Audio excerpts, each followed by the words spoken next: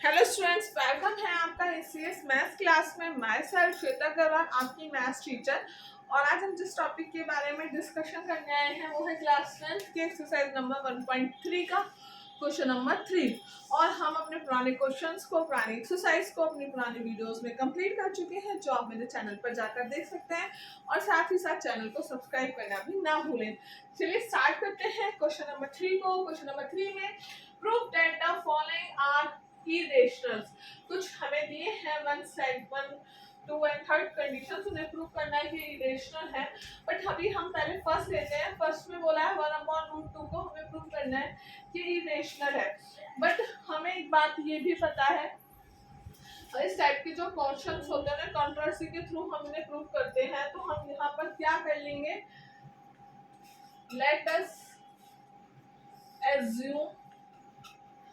ठीक है, ये देखिए आपकी बुक में भी, बुक जो है मेरे हाथ में बुक है और बुक में भी वही प्रोसेस बुक दिया हुआ है जो कि मैं आपको यहाँ पे करा रही हूँ। ठीक है, टू द कंट्रोवर्सी,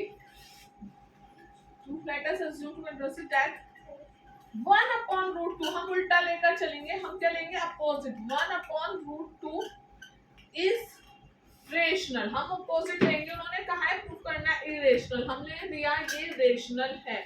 अगर ये रेशनल है तो रेशनल के किस फॉर्म में होता है, रेशनल होता है 1/p/q की फॉर्म में। ठीक है, p और q को हमने a और b मान दिया।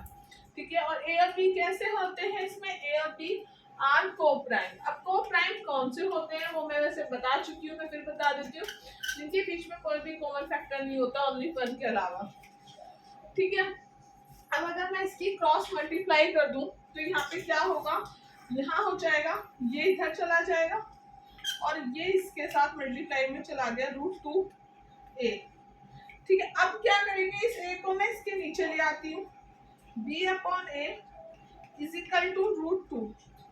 ठीक है, आपको दिख रहा है ना नीचे तक का, तो रूट अब दिखना बंद हो जाता, कोई नहीं, √2। ठीक है, अब हम जो ये √2 है, अब ये क्या हुआ, ये किस फॉर्म में आया, ये फॉर्म में आया है b/a की फॉर्म में। ठीक है, अगर हम b/a की फॉर्म में बात करें तो ये जो b/a की फॉर्म क्या हुई, b/q जैसी फॉर्म भी तो हुई। ठीक है, a/b या b/a जो है ये भी इंटीजर से वाले किस फॉर्म में है, p/q की फॉर्म में है। तो p/q की जो फॉर्म होती है, यानी कि मैं लिख सकती हूँ b/a जो है वो इस इक्वल टू p/q की फॉर्म में है। यहाँ मैंने एक चीज गड़बड़ लिखी, मैं सही से लिख देती हूँ। b/a is the form of p/q। तो इससे क्या प्रूफ होता है कि ये रेशनल है। ठीक है, ये रेशनल है b/a, क्योंकि भाई a हो या b दोनों इंटीजर्स हैं, तो ये रेशनल है। और जब ये रेशनल है तो √2 क्या है, वो इरेशनल है। अब रेशनल के बराबर इरेशनल तो कभी हो ही नहीं सकता। हम लिख सकते हैं कि b/a is rational,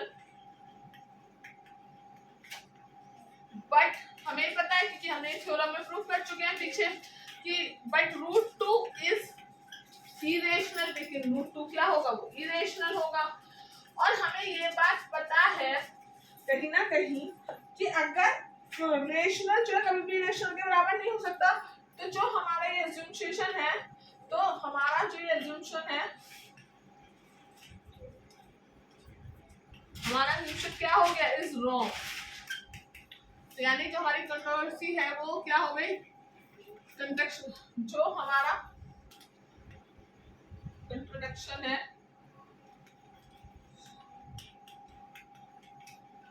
is arisen, वो गलत है, arisen.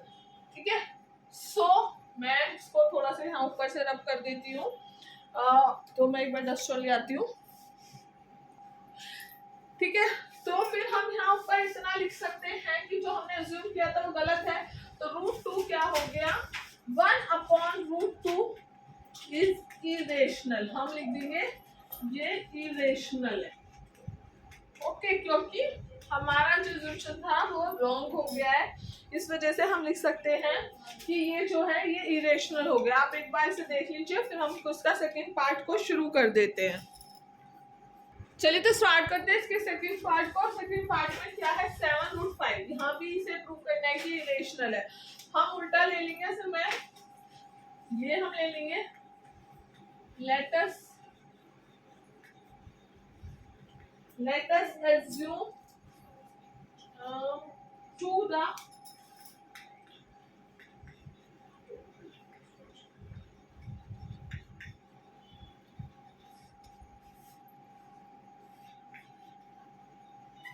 Seven upon root 5 is rational. ठीक है, अब जब ये रेशनल है तो रेशनल किस फॉर्म में होता है, रूट 5। ठीक है, तो वो होता है a अपॉन बी की फॉर्म में, और a और b कैसे हैं, को प्राइम। ओके, अब अगर हम इस चीज को देखें यहाँ पर, तो मैं 7 को नीचे ले जा सकती हूँ, a अपॉन 7b।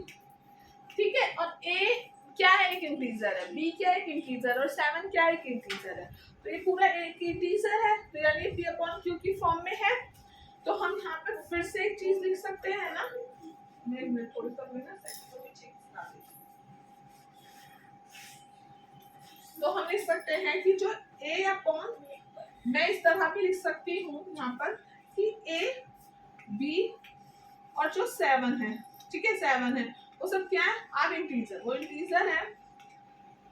ठीक है, तो ये जो है हमारा a अपॉन 7b वो कैसा है, इज रेशनल, क्योंकि वो रेशनल हो जाएगा।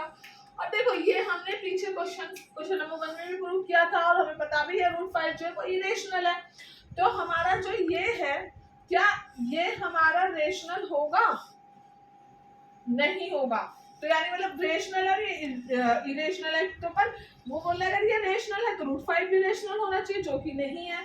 तो ये स्टेटमेंट हमारा गलत हो जाता है। हम यहाँ पे लिख सकते हैं कि क्योंकि रूट 5 जो है, बट रूट 5 कैसा है, बट रूट 5 इज इरेशनल।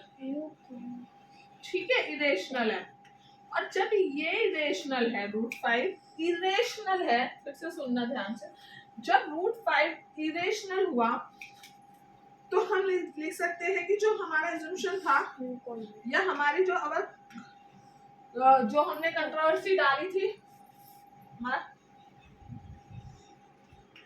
कंट्रोवर्शन जो था वो क्या हो गया, इज एराइसन या wrong. So assumption is wrong।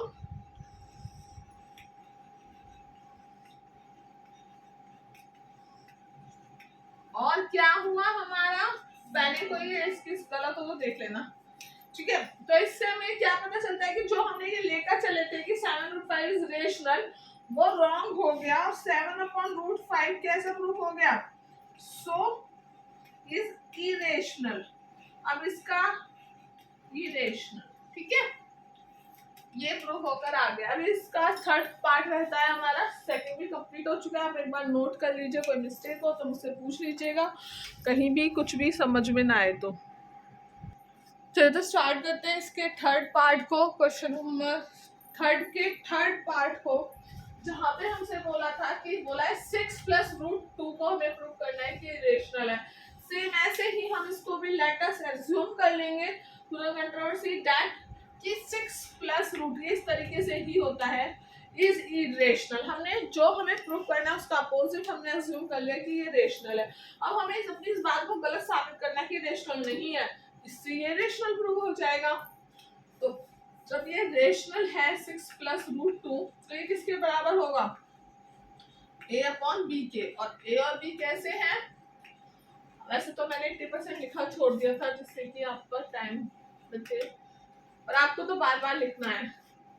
ठीक है, 6 + a b r को प्राइम। अब हमने क्या करना है, देखो अगर मैं √2 को इधर छोड़ दूं और 6 को इधर ले जाऊं माइनस में, तो a अपॉन b - के 6 यहाँ 1 हो गया।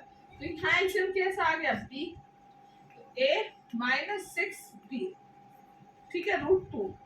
अब इसमें ध्यान दो, a कैसा इंटीजर, b कैसा इंटीजर, ये भी इंटीजर, 6 भी इंटीजर है, तो ये जब आएगा कैसा आएगा, ये भी एक इंटीजर आएगा, और एक इंटीजर कैसा होता है, वो होता है रेशनल।